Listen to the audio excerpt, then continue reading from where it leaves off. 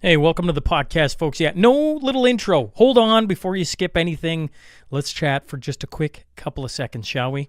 The Cornerstone Forum, May 10th. You got till the end of this week to get your full access tickets. That's going to include meals. We got to have our numbers into the venue by the end of the week. So if you're holding out and waiting, don't wait any longer. Go get your tickets. They're down in the show notes. If you can't find them, text me. Would love to pass along that link. We're getting closer and closer and closer to this event. Man alive, it's like it felt so long. Like I had so much time, and now here it is. So it is May 10th. It's just weeks away, and the venue needs to have food numbers in. So if you're going to get your ticket with full access to everything, including meals, now is the time to buy. So please don't wait any longer. Go do that.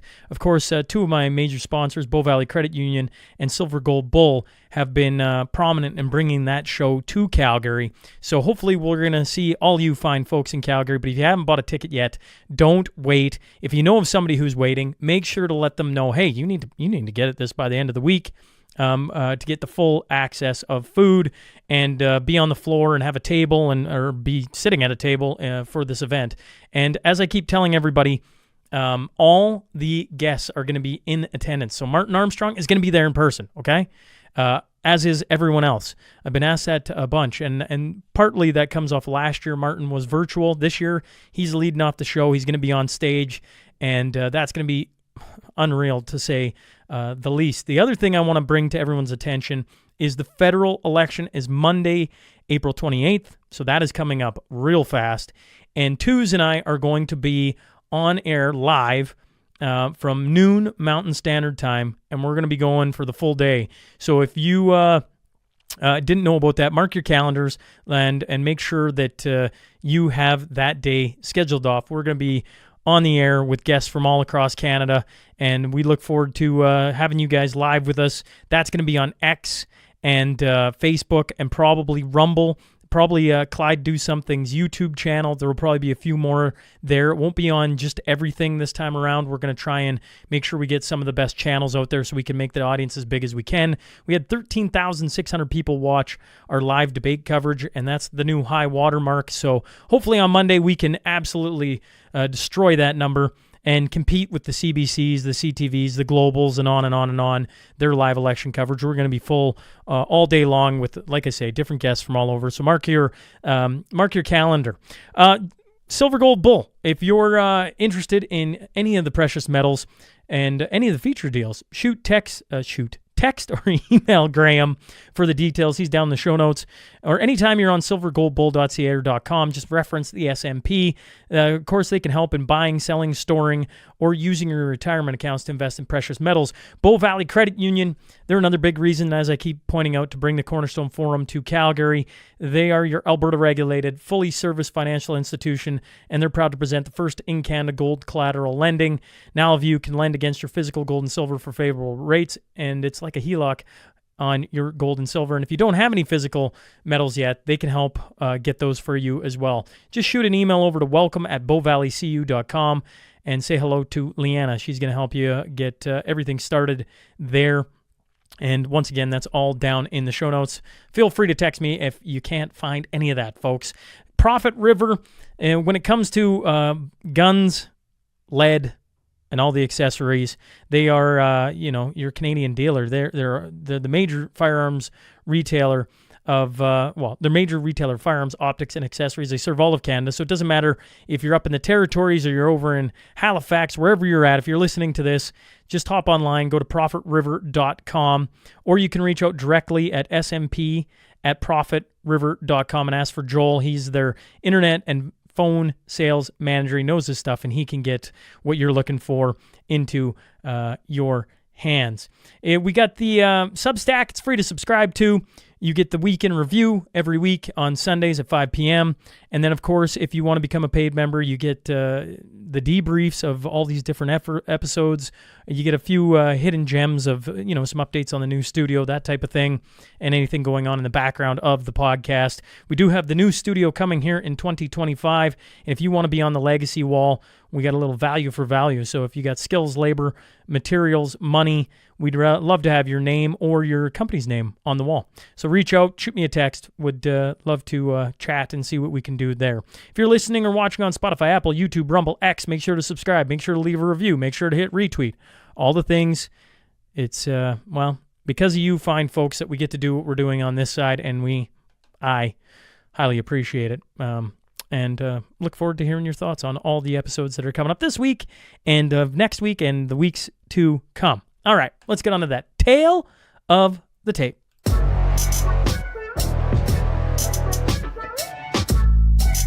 The first is the Alberta Director for the Canadian Taxpayers Federation. The second, the Federal Director of the Canadian Taxpayers Federation. I'm talking Kris Sims and Franco Terrazzano. So buckle up. Here we go.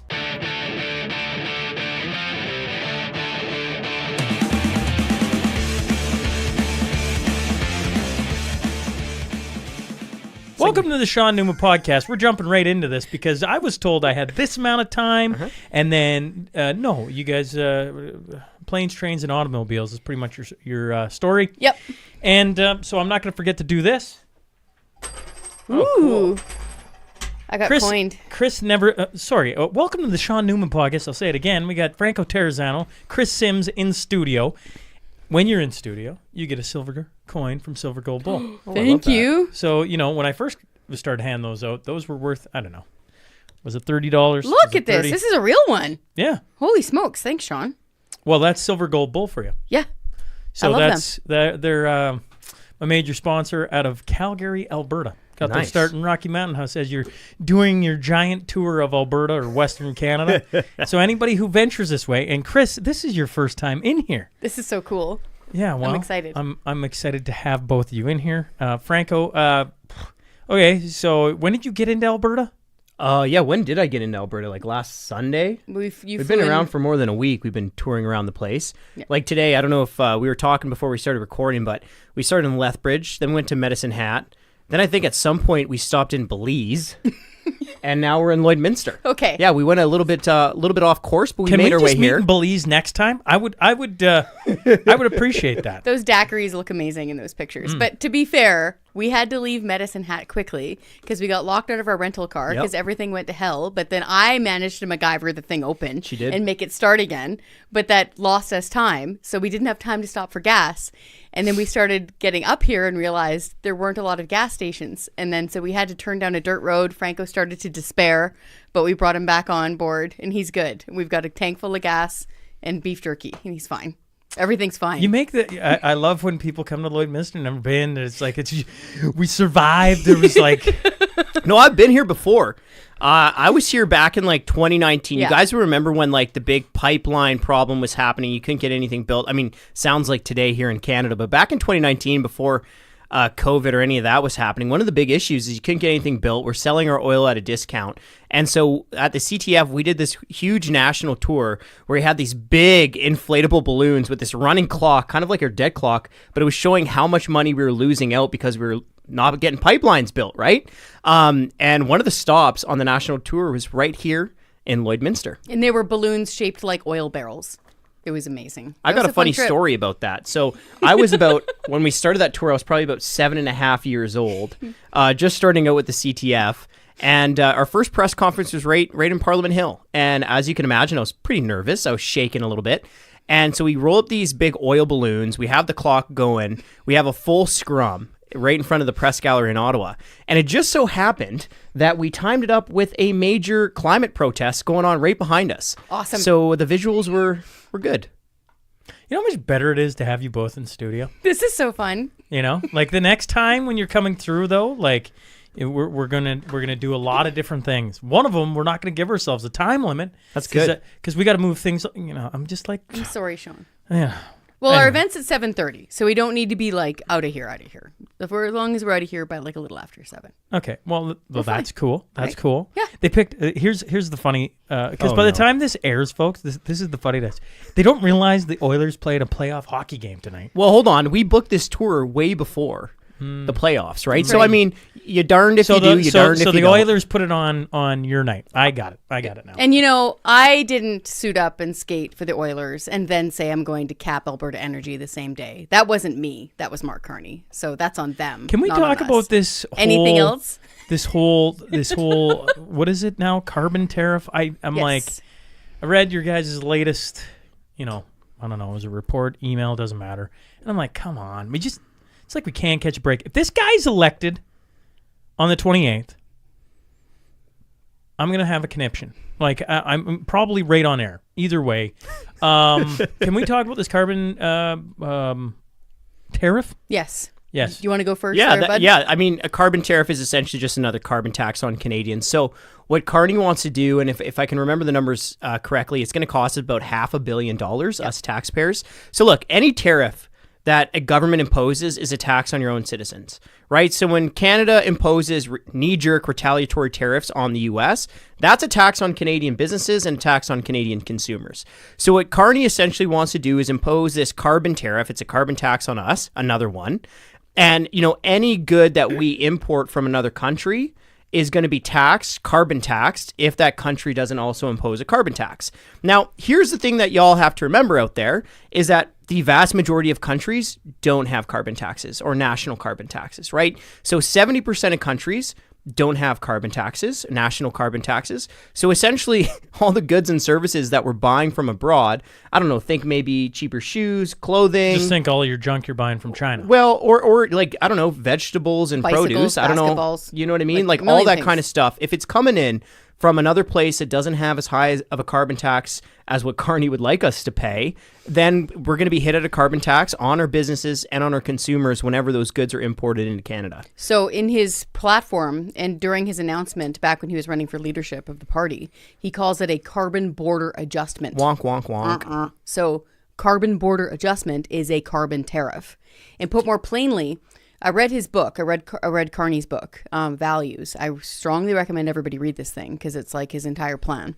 He loves carbon taxes so much that when he looks around the world and finds other countries that don't have one, that upsets him. It upsets him so much, he's going to hit them with his own carbon tax. But the problem there is that it hurts us. So imports coming into Canada gets a Carney carbon tax tariff slapped on it. And he costed it out. It's like $500 million to start. It's a lot of money. Can I jump in here too? Because it kind of builds on this whole carbon tariff thing. You might have seen that these carbon taxers, the green activists, the politicians that want to hit us with carbon taxes, they've shifted the narrative on why they say Canadians must pay a carbon tax. Have you noticed this? Now, so first it was about the environment, right? If you care about the environment, you have to pay a carbon tax. Then Canadians pushed back and was like, well, hurting Canadians doesn't reduce emissions in China. Okay, so they lost that battle. Then they somehow moved on to the carbon tax is going to make you richer. And then Canadians were like, I don't know, man. If I give the government $20, I'm probably not going to get $50 back, right? So then they lost the affordability argument on the carbon tax. And now they have another argument, and it's probably the worst one I've heard. And they're trying to say now that we have to hammer all Canadians with a carbon tax in the off chance that sometime down the road, when some of our businesses sell some of their products to some other countries, they're going to be hit with a carbon tax tariff on those goods in other countries. So that is probably the silliest rationale I have ever heard for a carbon tax on all Canadians. And you see academics, you see some in the media, you see politicians trying to spin Canadians on that rationale. But like, as I just mentioned, it doesn't really make sense to hammer all Canadians with a carbon tax in the off chance down the road that some businesses pay a carbon tax when they sell some of their goods to some other countries.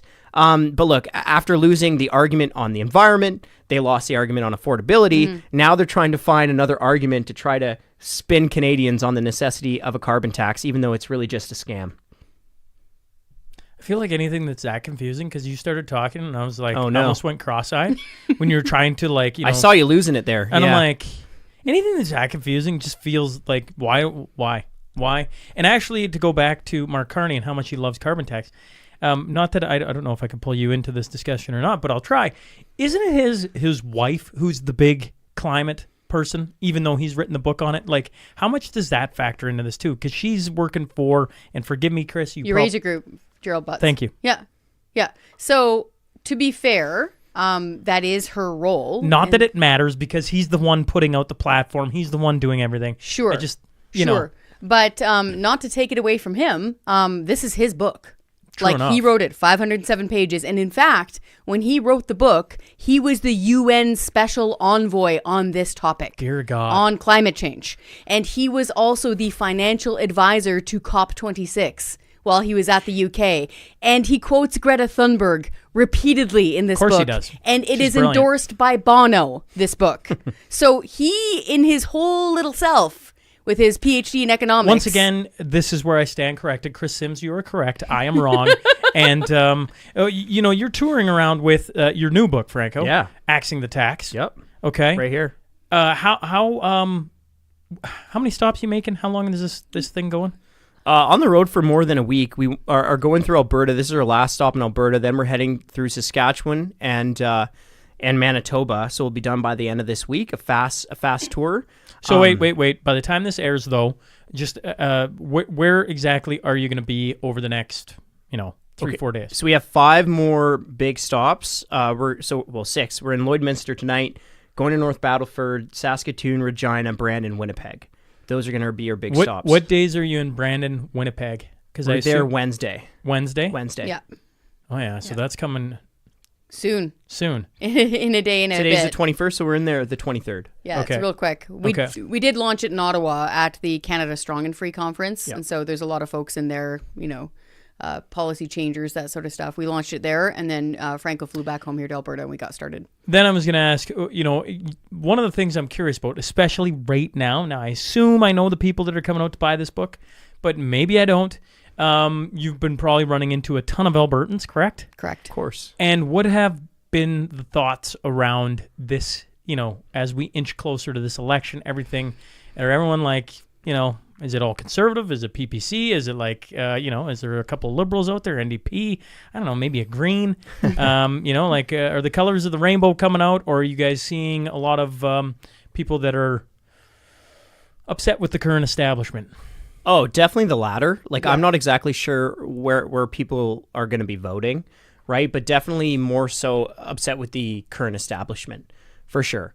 One of the things that's been so nice on this tour is we just get to meet with our supporters, people who, really care about these issues, have been fighting for a very long time. And really, I wrote this book for them. I really did, because they need to understand, how hard they've been working for a very long time, and they really have to understand their accomplishment. Even though the fight against carbon taxes is not over, we can get into that into a second. But a lot of people have been fighting carbon taxes and this "do what we say or pay" mentality from these political elites for 2 decades, right? And they need to know that this was a real David versus Goliath kind of fight, where you had all the elites in the political circles. You had the bureaucrats, the taxpayer-funded academics, many of the media elites, even big business, right? Yeah. You'll remember back to when Notley brought in her carbon tax back in, 2017? Who was surrounding her, right? So all of these elites have been essentially telling working-class people to sit down, be quiet, and pay your carbon tax bills. And you know what? Honestly, it would have been easier for people with their busy lives, raising their kids and grandkids, trying to get to work, trying to pay the bills. It would have been easier for them to have done that. But they didn't. Right? They signed petitions, they emailed politicians, they organized and went to rallies, they got bumper stickers, they did everything. And, they forced the Liberal government, who up until about, let me check my watch here, 6 minutes ago, the carbon tax was their favorite tax, right? And they forced the Liberal government to at least back down on their consumer carbon tax. Now, obviously the law is still on the books, but it's an accomplishment for more than 2 decades of ordinary Canadians essentially telling the political establishment to shove it. Yeah, big time. Just remember back when we were first saying, let's axe the carbon tax, let's scrap the carbon tax, you were probably called similar things. I mean, I've been on the air saying we need to get rid of the carbon tax now for years. I've been called a climate denier, which, by the way, is a disgusting term, and nobody should use it because it's meant to bring up images of Holocaust denial. So doing those two comparisons between those two things is disgusting. So nobody should say that. So I've been called that. I've been called a monster. I was told that I wanted Lytton to burn down, all because I said it was wrong for people to be nailed $13 extra to fill up their minivan, $20 extra to fill up their pickup truck, and $200 extra to fill up their big rig truck, because it does nothing. Up here in Canada, we're responsible for about 1.4% of global emissions. Meaning, if we shut down everything, close down this studio, Shaun, everybody don't drive your vehicles, it wouldn't make a dent in global emissions. But we've been banging on that drum now for years, and our supporters have been too, and they've been taking it on the nose. Remember last summer when this same Liberal government said, how dare you stand up and say we don't want carbon taxes, you want the planet to burn? These are these same MPs who are currently out right now knocking on doors asking for your vote. By the way, backbench MPs just got a pay raise. It's what, $207,000? Yeah, it's just under there? $210,000, right? So while they're collecting dust in the House of Commons, they're also collecting a $210,000 paycheck. Yeah, so that's why I love this book. I've read it a couple times. This is a punch in the nose on behalf of other people towards the elites who were pushing these carbon taxes for years.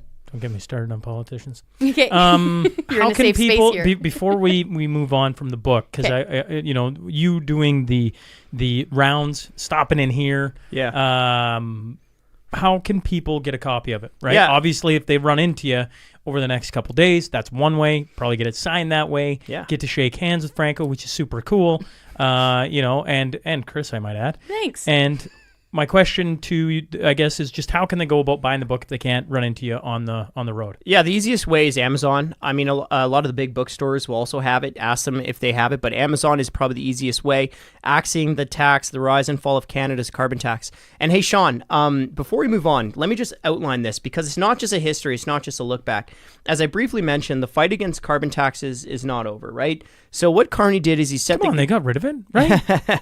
Yeah, well, good segue. He set the consumer carbon tax rate to 0. Okay, the law is still on the books.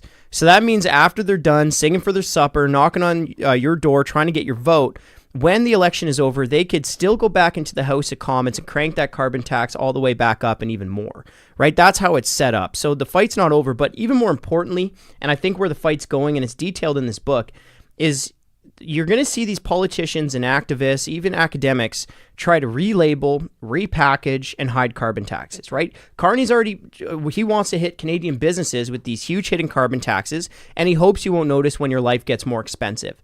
But not just that, right? Think about how damaging a carbon tax on Canadian businesses is, because that's going to force them to cut production in Canada, increase production in the United States, or just set up shop in the United States. So when we talk about Carney's carbon tax, hidden carbon tax on business, it's really the worst of all worlds. Higher prices for you, me, and everyone else, but then also fewer Canadian jobs. And one last thing I want to say on one of the reasons why I wrote this book, other than just telling the tale, is that you're already hearing and seeing some activists try to claim that, oh, the carbon tax was a good idea. It's just Trudeau's fault. He bungled it or he didn't communicate it well enough. And the reason I wrote this book, one of the reasons, is just to shatter that myth. Yep. Just sit it down before it even stands up. Because the carbon tax wasn't a good idea. It always was and always will be a bad idea for us Canadians who are forced to pay the tab. Yeah. I have so many thoughts. I was going to say, when you say shattering the myth and different things like that, not to bring in a different, but I'll bring in the lady. Linda Blade wrote a book on men and women's sports. Mm-hmm. And Linda Blade, coached Olympic athletes, right? And that book, was it the most, was it Lord of the Rings? No. And I highly doubt this one's Lord of the Rings. No, it is. No, some say better. Some say. Not to knock it, right? But I'm like, chances are you're going to read the book and it's just going to be an outline of every argument you ever get in on the subject. You just flip to page 13. No, actually it says right here, because that's what happens in books like this is you can just shatter any argument. Mm-hmm. It's just like you flip to the page. There it is. This is why. No, right here. And shout out to Linda Blade, who's now in India. So if I ever get over there. Wow. Anyways, her and her husband moved over there. Lovely woman. She gave me her book, and when I read it, I'm like, this thing shatters all the arguments. It's just like you flip through and you're like, oh, there and there and there. And I assume this is, when I hear you talk about it, it's the same. And all I was going to say is, you mean to say we can't trust politicians? Weird, eh? I know, I'm shocked. Oh, I just, one of these days, probably when I'm 80, I'm going to be sitting here and I'm like, screw it, I've tried. And I'm going to sit here and I'm going to have conversations about the Edmonton Oilers again. You're going to go back to hockey probably. then? I don't know. Yeah? Right? We have the brothers in here weekly now. Yes. Doing brothers roundtables. Yes. And we get in here and we talk, could we be talking about the election? Sure we could. But instead, we talk about the Oilers and the Flames. We make fun of the Flames. Sorry, Flames. And on it goes. I mean, obviously, you're not happy when these teams are getting government-funded money or government money handed out to them. Yep. Taxpayers' money handed to big NHL. Come on, it's the NHL. The poor things. They need our money, Kris. Hat in hand, eh? They need our money. Yeah, they just can't do it. Yeah, that and just again the footage of the skating with the politician and the in the goalie skates that was just awful to watch. Mm-hmm. It hurt me too, Shaun. It didn't hurt. I know it didn't hurt me as much as it hurt you, but. Well, then they had Mark Messier do a Budweiser commercial, and if it was circa 2015 or something, that wouldn't have bugged me so much. But I'm like, of all the companies, come on. There's dirt in this book too. People anybody who's into politics, like people might remember the last leader of the Conservative Party. Name? Can't remember, but anyway, he signed a pledge saying that he wouldn't have a carbon tax, and then he betrayed that pledge, and then everything hit the fan. Weird, eh? To get into power? This was a big Never. one. So yeah, there's lots of tea spilled in this book. Talk about because the carbon tariff comes out of Carney's proposed budget. Correct? Did I say that right? His platform, yeah. His platform. Yeah. I don't know. What else stood out to you two about his planned budget? Oh, okay. So first, I'll just say this: I didn't even think it was possible to have a worse budget than Trudeau. That's saying something. Mm-hmm. I guess I was naive about that. So the whatever comes out on whenever it does Saturday, and we go through it, and the thing that pops out to me is look, Carney wants to run bigger deficits than even Trudeau's planning to do, right? And he's running on he's this banker, the math guy with the math numbers, and he's supposed to be credible. Well, it turns out the math guy's math isn't mathing. You know what I mean? Okay, so over the next 4 years. He wants to add $225 billion to the debt. Okay, the Trudeau government just doubled the debt in 9 years, and he's like, not enough. Let's keep maxing out the next credit card. Hold my beer. Yeah, hold my credit card. So he wants to add $225 billion to the debt. And, just being curious, I look back at Trudeau's most recent budget update. And Trudeau, over those same years, wanted to add $131 billion to the debt. So in those same years, Carney wants to add about $100 billion more to the debt than Trudeau. That's nuts. What does he want to do? Are we all getting fancy things at the house? Or you won't, Shaun. I won't, yeah. No. I mean, I'm sure they'll pay for a lot of beef Wellington on those nice airplanes abroad, maybe spend another $8 million on another barn for the Governor General's estate. I don't know. Think about the sex toy shows in Germany that we can fund with that type of coin, Shaun, right? Won't somebody think of the sex toy shows in Germany for a change? I mean, look, the government's budget is an absolute disaster. I mentioned some of those silly or wasteful spending. Then the other one that I have to say is the $12,000 that the government spent so senior citizens in other countries can talk about their sex lives in front of live citizens. So yes, our government is in the business of outsourcing old people sex stories now. That's fun. But there's those silly examples. But honestly, if you're going to tackle the spending, if you want to balance the budget, if you want to start paying down the debt, you got to tackle the big side, and that's the bureaucracy. Right? The bureaucracy in Ottawa has gotten out of control. In less than a decade, Trudeau added 108,000 extra bureaucrats, not 108 extra, 108,000, right? So the cost of the bureaucracy went up 73%. I don't think anyone who's not paid for by the taxpayers is getting anywhere close to that. Do you have any faith that any politician, no matter the color they serve, will be able to tackle the bureaucracy? I once sat in here with a lovely lady from a certain province, and I asked about this because I'm watching Elon Musk and I'm watching what Trump's doing, and I'm seeing how they're hacking and whacking and they're causing uproar all over the place, but they're getting rid of agencies left, right, and center. And you look at Canada and you go, is anyone going to be able to tackle that issue? Did that lady just run a $5 billion deficit in Alberta? That lady? That might have sat in this chair? Yeah, I know. I'm going through line by line now after that budget with the full-time employees, full-time equivalents, to find out where we need to cut. Because some people are just too nice to go through their budget with the big set of scissors that they need, but I don't care about that. So I'm going to be going through that for the next pre-budget report. And I hear you, to Franco's point, this blew my mind when I saw Carney's platform get released, because that was his thing. He's a banker, Who thought a banker would be worse at budgeting than the drama teacher? When the banker is tied to all the global elites and everything we just talked about, hand up, I guess I did. I was like, I'm not waiting for him to walk in and be like, oh, we're going to balance the budget in 3 years and we're going to do all these great things and we're going to get, like, do we think he's like Trump? No. And I know that's going to spur on, well, actually on this show, probably nobody's going to care. You're probably fine. Yeah. Probably fine.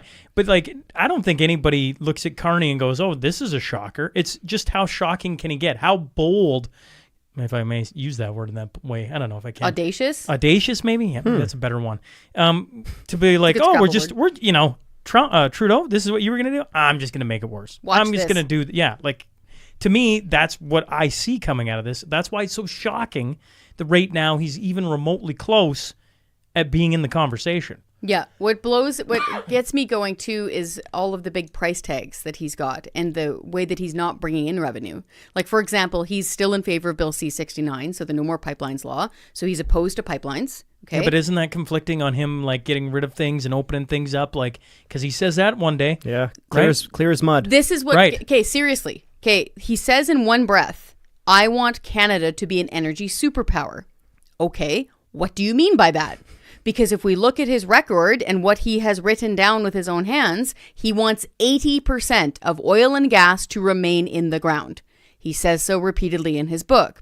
He is opposed to new pipelines because he is supporting Bill C-69. He said that out loud with his face. He also says that he's in favor of keeping the cap on Alberta energy, which will blow, what? How much of $1 billion hole in our economy? And like lose 40,000 jobs in Canada? So for him to say, I want Canada to be an energy superpower, but be opposed to oil and gas, is he trying to deflect sunshine down those pipelines? Is it wind and sunshine? Because people need to ask him these questions. No, they just get the entire media not to ask questions. Don't get me started on that too. Where's the revenue? Seriously, where is the revenue coming from? Where is this money going to come from? And then all we have to do is look to other countries that have ran on wind and solar and knocking out other things, i.e. Germany. Right? Like Shane Getson hasn't been in here in a while. Shane, if you're listening, we should probably make that happen again. But you know, like the last time I had Shane on was after he'd gone to Germany, and he was talking about, like, he's looking around the room and he's going, "This is insane." When I hear these things, I go, oh, this just sounds like Germany. Just like, you know, it'll work.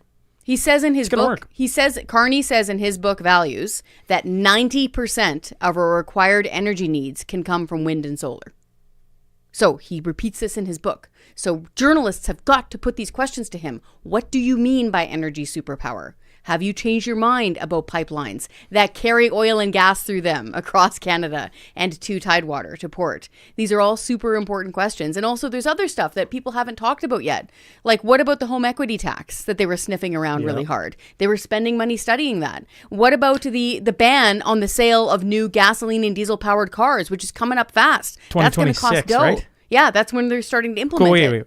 Let's start with the home equity tax, because I think this is important to talk about, because this is on everyone, as far as I understand, but maybe you guys could elaborate on it. Yeah, so let me take the ball here for a second. So back to basics, a home equity tax, there is none in Canada yet. And I say yet, that's the key word there. So home equity tax is you sell your home, the one you live in, right? You don't pay a tax on essentially the profits that you made from the sale of your home. However, the government under Trudeau has been sniffing out around our homes like crazy. So Kris mentioned the fact that the government used about $450,000 of our tax dollars to essentially study and promote a report that had a big old home equity tax in it. So your tax dollars paying to study and promote home equity taxes. But not only that, the biggest worry, the big alarm bell for me was back in 2016, the Trudeau government brought in a reporting requirement. Mm-hmm. So even though there is no home equity tax yet in Canada, when you sell your home, you have to tell the CRA what you made on the sale of that home. And so the question is, okay, like if the tax man ain't taxing it, why is the tax man asking that question? So they can build a case to eventually tax it. Yeah, well that is the first step that the government needs to impose a home equity tax. Bingo. And look, as these deficits balloon out of control, you'll see what happened in the last budget. Well, what happened in the last budget? They tried to impose an undemocratic and illegal capital gains tax increase. Why? Because they had no money. They're flipping over the couch cushions, trying to look for as much money that they can take from Canadians as they can get away with, right? So as the deficits balloon out of control, they're going to have to start looking for these new ways to take as much money from Canadians as possible. And on a home equity tax, that one personally boils my blood. And I'll tell you why. So, my mom is probably the most important person in my life. For a long time, she raised myself, my younger brother, and my younger sister, and a lot of it too as a single mom. So she worked her butt off. And, she finally has a home in southern Alberta. And the thought of the government going after her essentially retirement with this type of tax hike drives me nuts. And that's exactly what it is, right? A home equity tax would rob Canadian seniors of their nest egg for their golden years. But not only that, it would then make it harder for parents and grandparents to also, help their kids with a down payment on their house. Okay, so it also hurts younger generation from trying to get into the housing market. And then not only that, what do you think a home equity tax is going to do to prices of houses in the market? Well, it's going to increase home prices. So it's such a bad tax. It'll take more money from Canadians. It'll rob many people of the nest egg they use for their retirement. And it's going to make it harder for younger generations to finally be able to afford a home. So you think if you spent, and I think I got the number right, I think I heard this correct, roughly $500,000 on this study, you think some of that would come through it, but probably all the study is doing is seeing how much money is sitting there, and if they taxed it, what they could earn off of it, correct? Answer is a lot. A lot. Canadians for generations now have been counting on the sale of their home, their primary residence, as the government calls it, the one you own and live in. Canadians since the early 70s have been counting on that nest egg sale in order to live out the rest of their years. And so, of course, the government has been kicking the tires and sniffing around now. And the answer is how much wealth is in there? A lot. But the point is, that's their wealth. That does not belong to the government. Too many people in government and who are parasite adjacent to government like to think that all wealth belongs to government, but it does not. And the gentleman who is pushing for home equity taxes met with the staff and the PMO at least twice. They tried to deny that they were meeting, but we found documents to show that the main person who's been pushing home equity taxes has been meeting with the government. Hey, and let me just jump in here because I forgot another point. Like, you know what? These bureaucrats and politicians who are sitting on fat taxpayer-funded pensions, they don't get it. No. Right? Like, they don't understand that people who are outside of government, for the most part, you're relying on the sale of either a business or your home to fund your golden years to help your kids or grandkids out. Right? Or just to be a carrot to go work your ass off so you have it. 100%. Exactly. Thank you. Like, you go and you work your bag off, and the hope is that whatever stage it is, you have what you work for. And they're already taking more than their fair share. They already take way too bloody much. Thank you. I give two craps what they think the number is and what their deserved are when they're running the country this freaking awful. I know. It's awful. It's awful. They take half your money. Like different various levels of government, about half. I cut you off, Franco. No. The best exercise is to imagine if you get paid a salary and it gets in there every 2 weeks, it's landed in your bank account, close your eyes and imagine it being double. That's how much the government's taking from you. Think of what you could be doing with that kind of money. Could you afford more nutritious food? Could you put your kids in a better school? Could you afford to fix your car? Right? But no, instead we have these terrible passport offices. The shingles that my wife keeps telling me about. Yeah, I know all about that. Yeah. Sorry, Franco, we jumped off there where you were with home equity taxes. Well, you're getting me wound up because every time I hear about the government being just a smidge more common sense, if they just looked at it this way, it's like they don't care. No. And I mean, like, if anything I've learned from you two, it's like they just don't care. Like, and I don't mean all of the bureaucrats, but I don't even know why I have to put that as a caveat. It's like, it doesn't matter. If this guy gets in, this is what's coming for us. You know, along with all the other BS he's tied into, it's just like lives are going to get way more difficult. It's like, we got rid of the carbon tax. It's like, come on, folks. Well, unless you're in government. Right? Don't you kind of feel like there's... Look, I think unfortunately what highlighted it was COVID and the pandemic, right? Where it made it seem pretty clear to me that we're living kind of through a tale of two Canadas.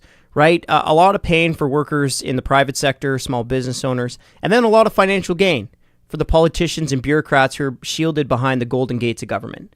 Right? Like, don't you remember that? Like, people were sent, like, in the thousands were sent to the ranks of the unemployed. And our politicians, the people who are supposed to represent us, could even forego one pay raise. Not one. Not one single pay raise could they be like, maybe we should at least show the taxpayers, the people we get our money from, that we're all in this together. Not one pay raise could they forgo since the beginning of the pandemic, when people were losing their jobs, people were losing their livelihoods. How many small businesses shut down their doors, and some for good? Well, a lot. I just had one on earlier this week. There you go. There you go. And there's a guy who lost it. And then, and another thing, somebody can text me if I'm wrong on this, but if you were a government official, you got across the borders and you had no issues. And so November of 2021, or was it October of 21? Can't remember now.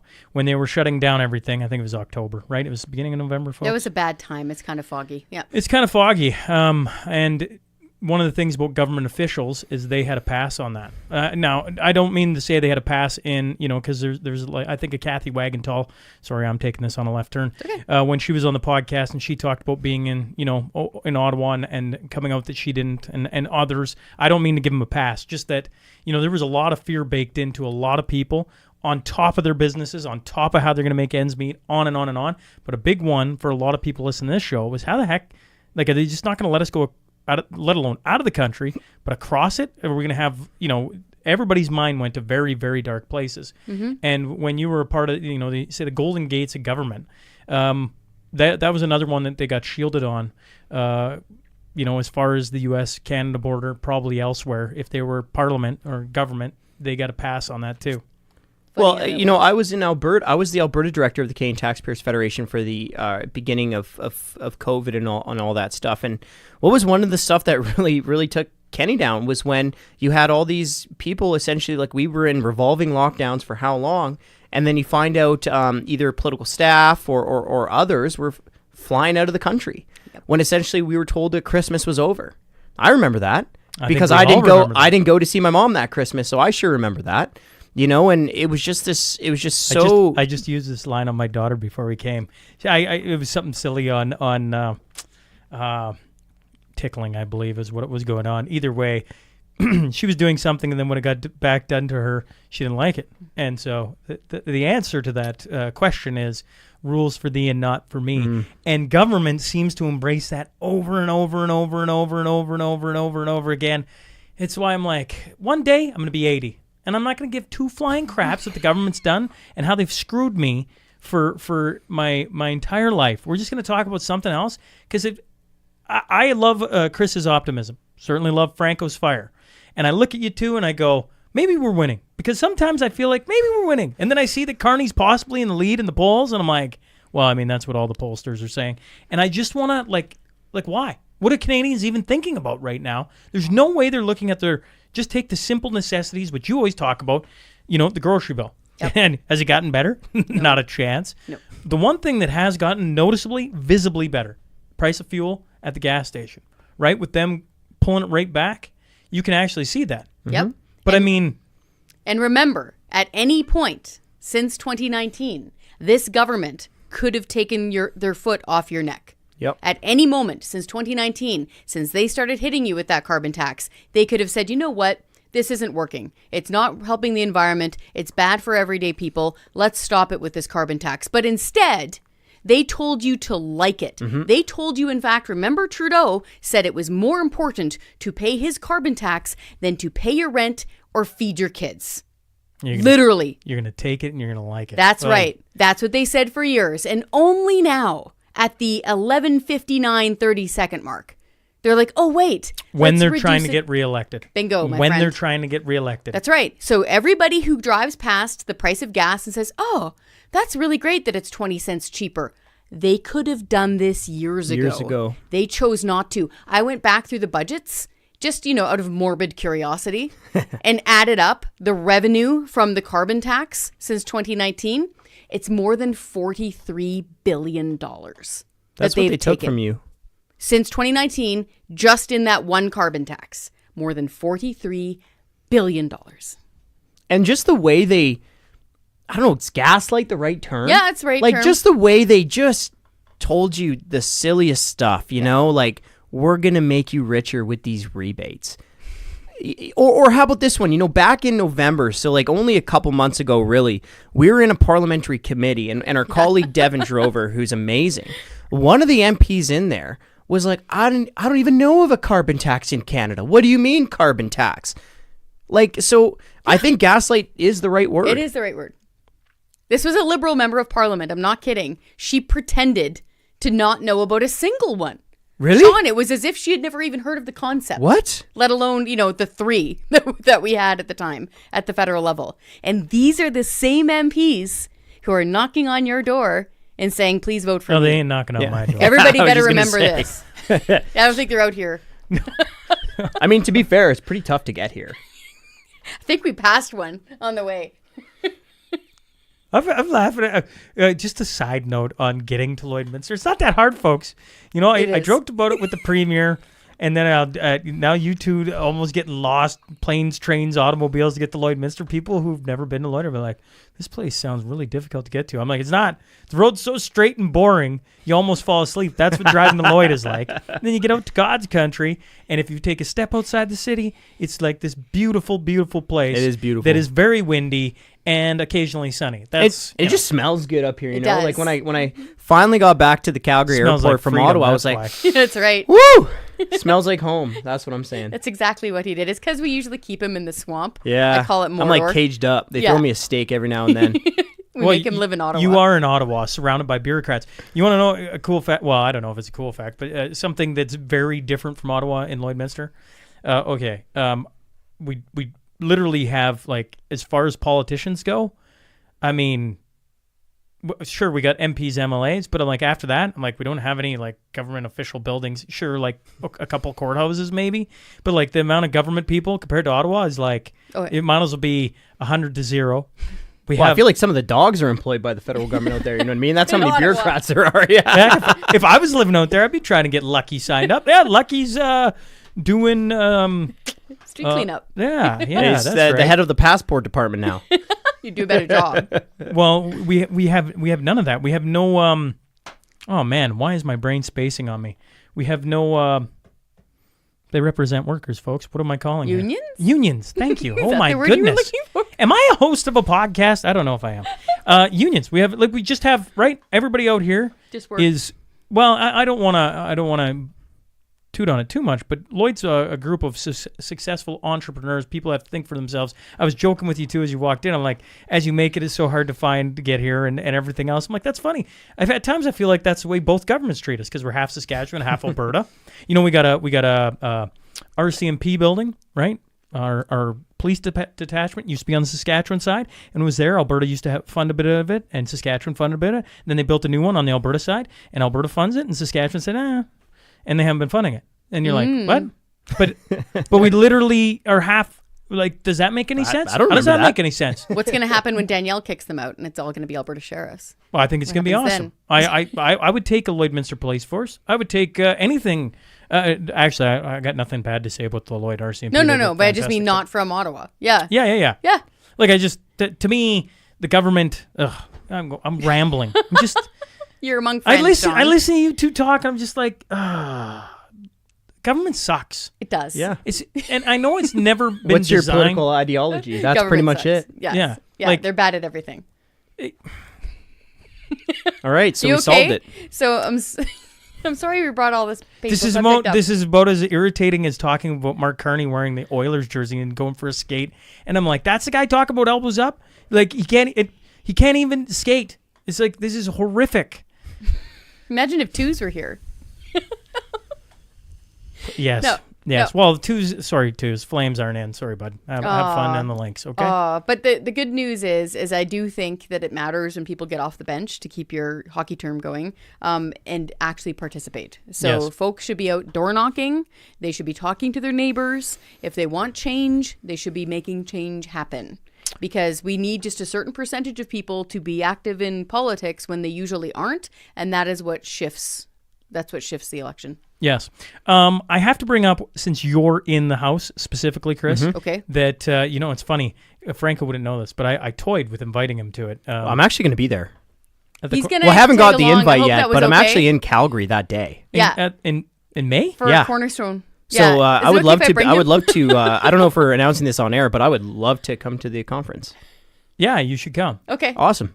So, well, this is great. I've been meaning to bring it up with you, Shaun. Shaun just invited you. I think I invited myself. You should. Are you? CTF is getting a booth. Yeah. Yes, we have a booth. Okay, because you should be selling your books there. There you go. That's a great idea. And you can hand out like defund the CBC bumper stickers. You'll have a great time. I'll bring you some roast. You'll probably be very well received. Yeah. I was just gonna say that Cornerstone Forum, as people are listening to this, you have like 2 days. You have until Friday to get a full access ticket with meals, with the food, because our food number has to be in by Friday at like 4:00. So I'm not going to wait until 4:00. It's going to be well before then. So if you haven't bought one, I was going to say that you're coming back. Yes. And I just wanted you to tell the audience what your thoughts of the first one was like, because you got to host part of it. Oh, it was great. I would encourage everybody to come to this because there's people from all over the world, super smart people. Like at some points, I was just kind of sitting here with my mouth hanging open listening to them. They're talking about everything from buying, I don't know if they're doing the same thing this time, but from buying property around the world to cleaning their own water, buying gold, buying goats, buying guns. Hey, one of the differences this year yeah. is we're going to have a trade show. That's why when I say you should have a table and you should make sure that's all set up. So that's going to be a little different. So there's going to be products. Tamara Leach is going to be selling her book there, which is going to be cool. Chris Barber is going to be in attendance. Okay. Trying to convince them to bring Big Red because it sounds like they want to take it and scrap it and all that good stuff, which is wild. But once again, I'm talking about government, so it's not that wild. But on stage, specifically for Kris, to the audience, Kris is going to be hosting one of the roundtables again. And you're going to have Jim Sinclair, so Jamie, 34 years Canadian military, and then Matt Ehret, The Untold History of Canada book series, and Alex Craner, who you got to sit with last time. So, and I've done it very different, similar, almost identical format to last year, except I have a different host for each of the roundtables now. So I have Tom Bodrovics from Palisade Gold Radio, you from the CTF.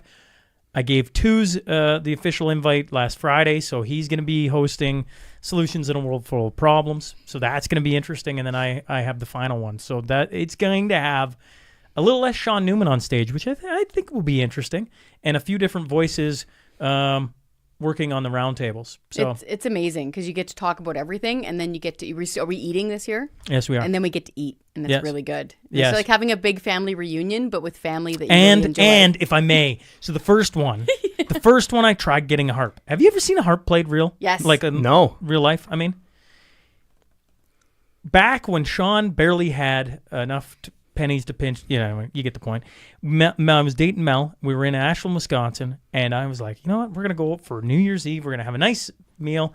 And so we went to this place, and we walked in, and it was like, I don't know, 3 times the size of this room. Quaint little spot. Walked in, there was a harp player, and I'm like, I screwed up. And we ordered the lowest. We ordered spaghetti and meatballs because it was the thing we could afford. We drank water because I didn't have enough for it. And we just sat there. But I'm like, the harp was like, that is the coolest instrument I've ever seen played. So, being on the edge of the world in Lloydminster last year, I wanted a harp, couldn't find it. So we had the Fiddle Boys. They were excellent. That was great. But going to Calgary this year, we have a harp for supper time. That's amazing. We're going to see. And people might be like, why the heck is this happening there? Because it's cool. Because then Shaun will be sitting there like, this is amazing. I'm excited for it. So, Cornerstone Forum, if you haven't bought tickets, these 2 people, I didn't know that. That's cool news. Yeah, I mean, I hope I'm invited. Yeah, I shouldn't have dropped it like that on air. But sorry. No, that's perfect. It's perfect. You're invited. Great. Yes. Well, Franco will pick up there. a copy of your book, Axing the Tax, The Rise and Fall of Canada's Carbon Tax. Well, and when I'm saying where for people listening specifically to this can find it, you can find it at the Cornerstone Forum. It'll be there. Like, that'll be sweet. Before I get you out of here, any other thoughts that you want brought up so I can get you onto your event? Mostly just for people to hang in there. We get a lot of emails and a lot of phone calls from people who are really fighting to make ends meet. And it's often from working people. And that's, of course, showing in the stats. So quite often, I'll mention this whenever I'm on your show, that half of Canadians are broke. And it really makes me mad when people get all huffy at Pierre Poilievre when he says Canada is broken. He's right. He's absolutely right, because 50% of Canadians are broke. They're within $200 every month of not being able to make the minimum payments on their bills. And that's just keeping the lights on. That's just keeping the credit card company from phoning you. Okay? That's a situation that so many working people are in. And I just wanted to let them know that they're not alone. Okay? And I know things can feel dark, and I know it can feel like there's no hope. There's always hope. And I just really encourage them to get involved in some form of fellowship. If it's at their local level, if it's at their riding association, if it's honestly joining the CTF just for free, with that way they get their email updates and stuff, and we try to keep things boisterous and joyful and give them something to do, or a similar organization if CTF isn't your cup of tea. I just want to encourage those people that they are not alone, and there's always hope, and that we can work hard to fix things and make good change. That's what I want people to know. That's a good one. Yeah, I just want to say thank you to everyone, to all, especially the Canadian Taxpayers Federation supporters. I know a lot of people in your audience are also, I'm sure, like-minded, right? Smaller government so small you can drown in a bathtub. They got a ton of time for you too. Actually, anyone who's come on from the CTF, they've been thoroughly impressed. But ever since well, everybody knows my thoughts on Kris, and actually you too, Franco, because you've become reoccurring guest. But I don't know if you know the story on Kris when I first sat across from her. I got an email from Kris Sims. I can't remember how it got to me, and I read it, and I was like, who is this? Now, I always point out to the fact that I was a moron before 2020, late 2020. I paid attention to nothing. I didn't, I was an athlete. I did sports and on and on and on. And then I had Kris on for the first time. And I think I pretty much asked you at the end of the podcast what you were doing. And I had my first ever event that happened outside of Lloydminster in Edmonton. Yeah. And I just made a spot for Kris. I'm like, you should just come talk, because this is amazing. I don't know how you take that much information, and I would take 4 hours to say it, into these little bite-sized things that, like, you're just sober after the, oh man, yeah. So I have a ton of time for the CTF as a whole. Finish your thought. No, I just want to say, look, thank you to everyone for fighting so hard for so long. I know sometimes it's easy to be pessimistic, but let's just keep fighting. And yeah, I'll just go back to echo what Kris said, but really just like, thank you everyone for fighting with us. We're going to keep fighting with you guys. Well, hats off to you, because this fight is, Easter was really, really good on this end, because I just turned the phone off. Nice. I went and hung out with my kids and my wife and my family, and I'm like, the world can burn tomorrow. It probably is burning in spots. I can't, at times, I just feel like all the things are sucked for me. Yep. I can't hear about how awful Canada is anymore, because I walk outside, and if you got community, and people to fellowship with, that's right. It doesn't matter the darkest of times, you can find a way through. And certainly, I think this show in the middle of COVID was a beacon for a bunch of people, unbeknownst to me, because I was just trying to survive just like everybody else. And these days, when I look at what's going on with the world, even if a Carney were to get in, whatever the outcome is, hopefully you got some people to talk to. And if that's joining the CTF or listening to this show, appreciate you guys for doing what you do, because you're fighting for the little guy, and I have a ton of time for that. I think a lot of people do. Thank you, Shaun. Thanks.